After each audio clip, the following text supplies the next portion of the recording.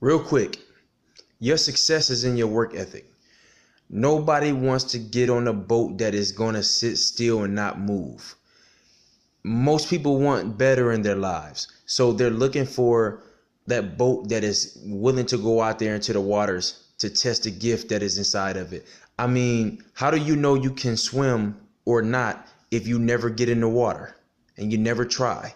I'm saying, supposedly I'm a coon because I don't believe that this so-called white supremacy can stop me from being successful.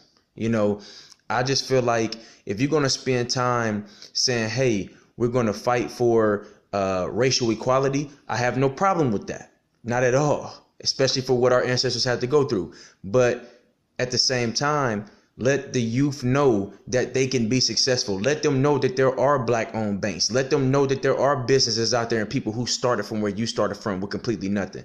There's nobody I know who's in no way, shape, or form related to me who's ever had any money.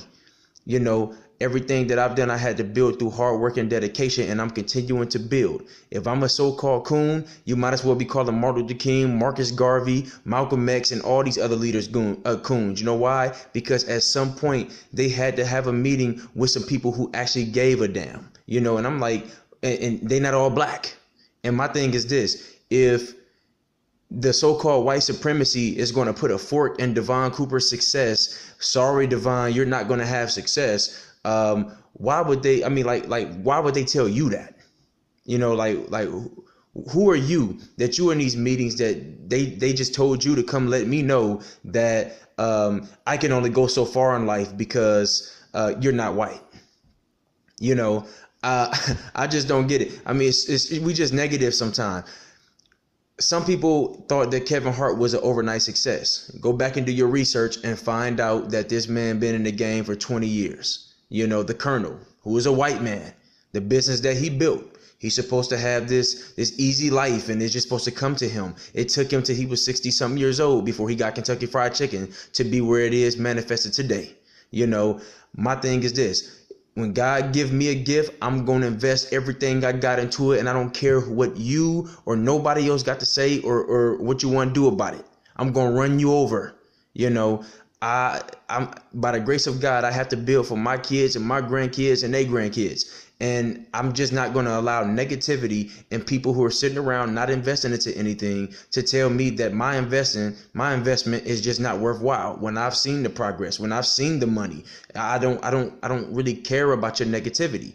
I am telling you right now that if you got kids, if you got nephews and nieces, you have friends, you let their kids know that if they invest their time and the little money that they make at their jobs, they sacrifice instead of buying flat screen TVs, that they can find success. If they sacrifice and invest into something they love or that they're talented with, as opposed to going out clubbing and taking vacations and spending their money on things that they're going to get 10 times the amount of if they just wait a little longer. They can be greatly successful. I don't care what color they are. There's many people who'd improve in that, So my thing is this, man. If I'm a coon, then you're calling a lot of great leaders coons, because Martin Luther King had meetings with the president of the United States, and Barack Obama wasn't even born yet. As far as maybe he was, but he wasn't no president. So like I said, man, keep your head up. Make sure that you turn that engine on and you put that boat out there and you put it to the test. And also watch your back. It's going to be a lot of people who want to jump on board when they see things going great for you. Man, you need the grace of God, and the right people will be put in place to be a part of your team. It is simple as that.